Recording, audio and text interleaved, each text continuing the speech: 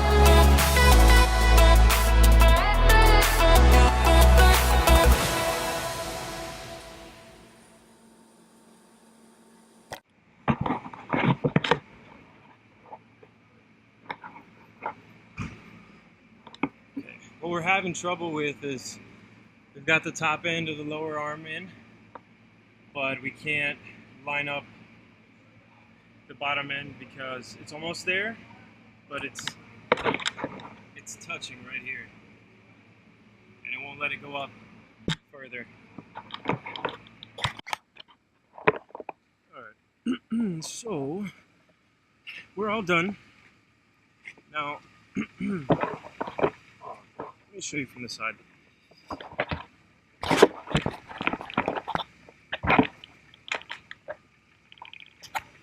We're all done here. We got the lower control arms in. It was a huge pain in the ass.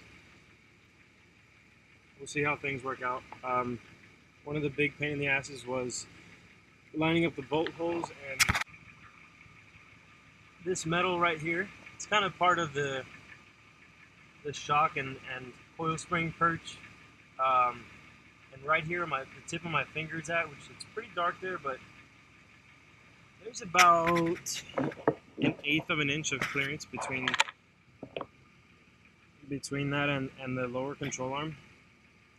So that was one of the points of contact with the control arm. The axle was too far back when we were trying to put the arm in, and it was a little bit of a struggle, but we got them in.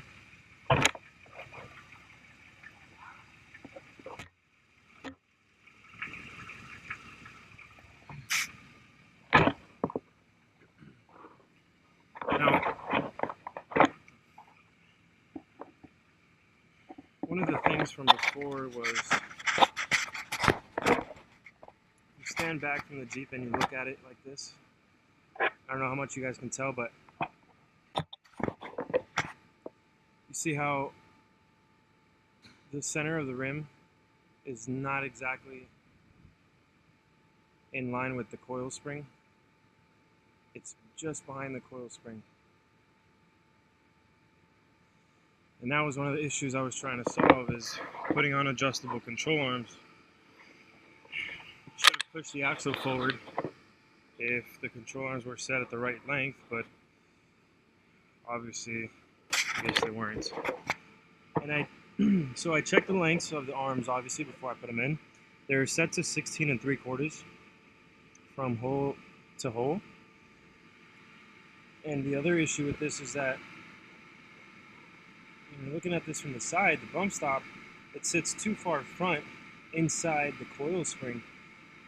And when you flex, the edge of the bump stop just gets, well, it rubs against the inside of the coil spring. That was part of the issue as well.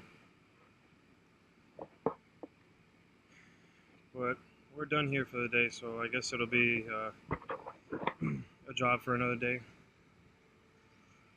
Just taking the lower arms back out, making some adjustments.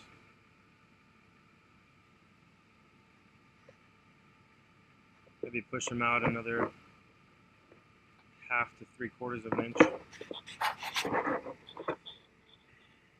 POS. Faith. I don't think you ain't too faithful yet. But you will be. You will be more and more as time goes on. More work on you. Alright, guys. That's going to be it for this video. Be sure to subscribe.